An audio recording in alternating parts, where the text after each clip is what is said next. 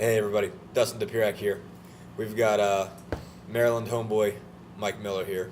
He decided to come with, come see some people out here in Annapolis at Navy Marine Corps Stadium. And before we even start talking football, it is pretty cool to come out and see a place like this. It's different than anything you really see just generally following college football. Most other stadiums you go to, and on the facades they have written names of Hall of Famers and names of years of national champions. Here they have battles they fought in. Across from us is about 20 or so from World War II, Guadalcanal, Midway, Pearl Harbor, some of the other, I can't even remember, like about 20 of them. You name it. You name it. On the other side, they've got everything from, 38th parallel in Korea, Vietnam, a bunch of places from Vietnam and stuff like that. And on the lower one is like Iraq, Afghanistan, Kosovo, and stuff like that. So it's, definitely a lot to make you think here. It's it's a very different place. There's a lot to going on. So we just sort of salute everybody who comes through this place, because a lot of people we watch play football today are going to be in some dangerous spots later on. But anyway, talking football, less serious stuff. But IU loses 31-30 in this one. Really another big time heartbreaker. They were up 10 nothing out of the gate, 17-7. They were up 30-24. Had the ball with 5:30 left. The shot to put it away, and managed to blow it in two different ways. They had a 3-and-out that came mostly because of miscommunication, and also Cameron Cobbin threw a pick after Navy had come back, scored a touchdown. It was 31-30. Indiana had the ball with about 2 minutes to go, but still didn't get a chance to do anything. So, just Mike, just to start, I mean, how you got to talk to some of these guys, just. How I guess did this happen, more or less? Well, I think you got to sort of look at so many of these losses this year have been close games. I think their last three have been, Greg even mentioned 7 points or less their last three losses.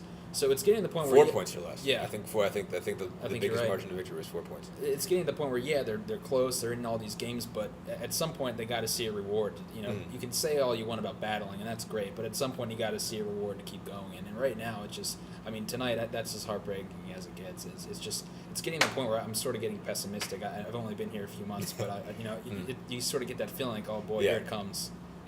Yeah, somewhere Andy is just shaking his head because he's seen so many of these as growing up in the area and all that kind of stuff. He's seen so many IU games end this way, but this one I think was really tough for IU because they really had only themselves to blame. This wasn't a situation where there was a freak thing, where there was an accidental play that didn't go their way or a bad call or something like that.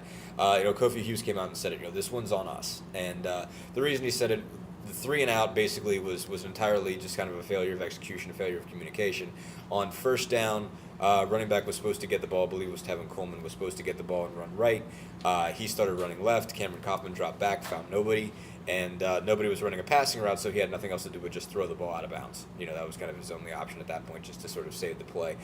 Second down, they ran it right. They threw a 7-yard pass to D'Angelo Roberts, set up 3rd and 3, had a pretty easy chance to convert. Ted Bulzer was open I guess it was supposed to be a seam route, but Ted turned right and ran an out route, and Kaufman threw the ball. It almost got intercepted, so Indiana had to punt it away. It was one of those things where you almost sort of wish it was an out route because Bulzer was wide open on the sideline, but that wasn't what he was supposed to run, and Cameron, Kaufman threw it was where it was supposed to be, and somebody else was there. So that set Navy up. They ended up just I think they had the ball about 4:48 left or something like that, and had plenty of time, and were able to move pretty fast. Navy rarely moves quickly, but that particular possession was really fast. There was a 22-yard pass in there. Navy usually doesn't throw the ball, but they did that time. Had another big play on a pitch to G.G. Green. He made a couple big plays, and that fell apart. And again, the next drive after that, second play, Kaufman drops back. They still had a chance at a decent 2-minute drill, had plenty of time, only needed 3 points, and Kaufman threw an interception. Said he saw a safety. He thought he was going to cheat down on the underneath route, so he tried to go deep and go over the top, and didn't work out. Wasn't able to get it where you're supposed to go. But I think that kills them too. I think just the fact that they have to say this was our fault. This was on us. It was, and you look at some of these other losses. It's sort of like the good job, good effort. You're right, in the game, but this is one where they not only should have won this game, they needed to win this game because you have a couple Big Ten matchups coming up on the schedule that would have been huge. There's certainly games they'll be competitive in, games they could win, but this is the game they had to win, and I think they knew that coming in. So it's just once again. Yeah, no, there was a really lot of chance for them to build some momentum here. I mean, you have the combination of the fact that you like you said, I mean, good job, good effort. You want to make a good joke out about it, but they played Michigan State close. That's not a team that they're supposed to beat. That's not a team they were supposed to score as many points on as they did. It was the best defense in the Big Ten coming in. They put 27 on them, and they go toe to toe with Ohio State in just a complete shootout and lose 52-49. And they're not supposed to be in that game. They're not supposed to be in that game at all. And obviously, they come away disappointed. We don't want to be close, but somewhere in the back of their minds, they're going to think, we weren't supposed to beat Ohio State. We weren't supposed to be in this game. This is something we can build on. And this was the one that you thought, okay, after that, this is a team you should be able to beat. And, you follow that up with Illinois after that. I mean, that's a team that hasn't done well. And, you added that also just kind of the momentum that's going on around the program. And obviously, they're not allowed to talk about it. But, you have a possibility of getting a lot of big recruits lately. Obviously, David Kenny, Darius Latham, Elijah Daniel have all recently decommitted. Pretty sure Daniel, I think, did decommit from Clemson. There's some confusion about that. There's some confusion about that one. Someone might have hacked his computer. We're not really totally sure about that one, but I think he was also at Hoosier Hysteria tonight, so whatever. But David Kenny seems more or less locked in at this point after decommitting from Iowa. Darius Latham decommitted from Wisconsin. Seems like that's something that's going to happen pretty soon as well. It might have happened tonight at Hoosier Hysteria. We're not there, so we don't know. But you have all those things that build. I mean, a few months ago, those guys are all decommitted or are all committed to bigger schools, and they're not supposed to go to Indiana. And all of a sudden, these things keep happening. It's like, okay, like there's a wave that you think that could have started to sort of crest after this, and doesn't, and they have to kind of rebuild that. And Kevin Wilson said afterwards, I think he made a point just to try to act like, let's not get too negative about this, number one. Number two, he was like, like I have a team I like right now. I think we're doing a lot of good things. We're not, we don't have anything in the win column yet. We're playing on both sides of the ball. I mean, and defensively, even they didn't look bad. I mean, I think, really top to bottom, I think this was, before it fell apart at the end, one of their stronger performances. Navy's going to get their yards, especially with that option. But, I mean, they didn't have any, terribly big runs all day. I mean, no.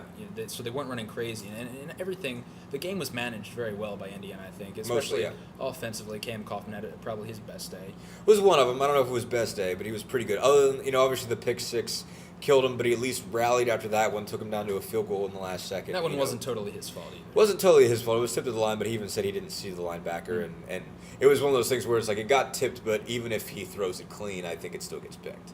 I don't know. If one way or another, I don't think it gets completed. Right. No, I don't think it's completion. On the right trajectory or whatever. I mean, they got some pressure, but one way or another, he knew it wasn't a smart decision, but was able to rally from that, shake that off, move him, down the field on a pretty good drive. Had some really good throws on that drive. Did look sharp. I thought there was a lot of passes he threw, a couple deep slant routes, deep out routes. He was able to fit it into a pretty tight window and, keep the chains moving and stuff like that. And like you said, I mean, defensively, like you said, they're going to get their yards, but I think there was a bunch of plays where you're like, okay, Indiana needs to make a play here. This is a point where Indiana needs to make a play. And a couple times they had some did. big stops. They really did have some big stops in third and fourth down even. So yeah, that was longest Greg run. Heeman had a great game. Great game. 13 tackles, and a bunch of times just really read a play and was exactly where he needed to be at the right time. Was able to stop some guys. And there were a bunch of those. I think a lot of guys on defense could say that. I mean, they still, again, like you said, Navy got their points. They did take advantage on the rare occasions that they decide to pass the ball. That's one way that they get you, I think, is that you're so sure they're not going to throw it that when they do, it's open down the field. Keenan Reynolds looked really good in the occasions he did throw. He was 8 for 13 for 96 yards. That doesn't sound like much, but when Navy never, ever runs, it's a weapon. But all those things were all things that they can build on if they can shake this off, if they can not think too much about the fact that they blew an opportunity. There's still opportunities to come. Illinois, I think, is beatable. Iowa, I think, is beatable. Wisconsin looks like they're getting it together. And Penn State, I'm not sure what they're doing against Iowa right now, but they've been better. But Purdue's still beatable. There's games they can win if they can straighten this thing out. And that's the whole thing. It's sort of having like a closer's mindset, just forget about the last day. Because, I mean, when you look at this season, they should not have only 2 wins. They should have at least probably 4. 3, 4, stuff like that. I mean, I don't know if they ever get Michigan State and Ohio State as close as they were. I don't know that they get those games. But, I mean, I think, Ball State was certainly a winnable game. Yeah. This one was certainly a winnable game.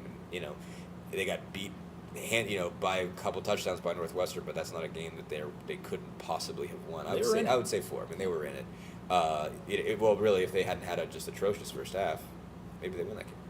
But one another, Indiana, goes off yet again. They remain 2-5, 5 in a row. So, thanks as always, everybody.